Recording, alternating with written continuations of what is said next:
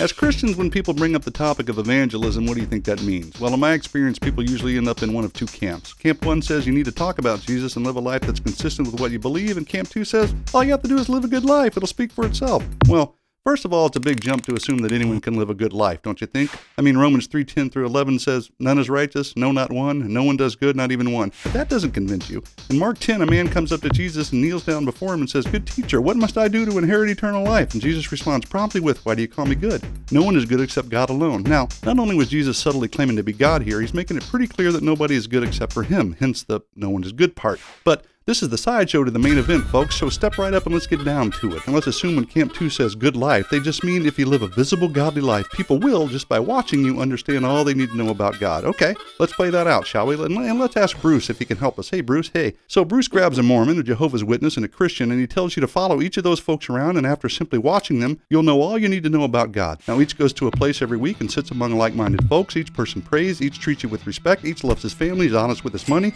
and is basically a nice person. So, which God do you pick based on just watching them? Who's right? How do you know? What do you compare unless they tell you why they do what they do? Talking, it seems, becomes critical. No doubt nature reveals much about the invisible attributes of God, but how do you know exactly what he requires of you? I mean, who he really is and what his ultimate plan is without some kind of specific revelation from him? I mean, how would you know if your mother wanted you to paint the left wall of the garage red if it wasn't specifically communicated to you in some way, usually by writing a note or speaking to you? So, what did God deem the best way to communicate the specifics of his will? Did he summon porpoises to do a modern dance? Did he draw word pictures in the clouds? No. To communicate precisely the things he wanted you to know, he intervened throughout history and spoke through men, ultimately moving some of them to write the Bible. That is, he spoke and he wrote a note. How would we know if God created the heavens and the earth in 6 days, that Adam and Eve were created in a perfect world, but their rebellion brought sin and death into the world, that it's the grace of God through faith in Jesus alone that saves us? How would you know that Jesus died on the cross and resurrected from the grave? How would you know any detail about God and his word and his plan if nobody told us? Well, we wouldn't. We couldn't. And that's why you got to tell people things. You just can't hope people will catch on by watching you live a so-called good life. It's just not enough. Ultimately, you got to tell them why you live that way. But don't just take my word for it, my inquiring Berean band of misfits. Read along in Romans 10. And how can they know who to trust if they haven't heard of the one who can be trusted? And how can they hear if nobody tells them?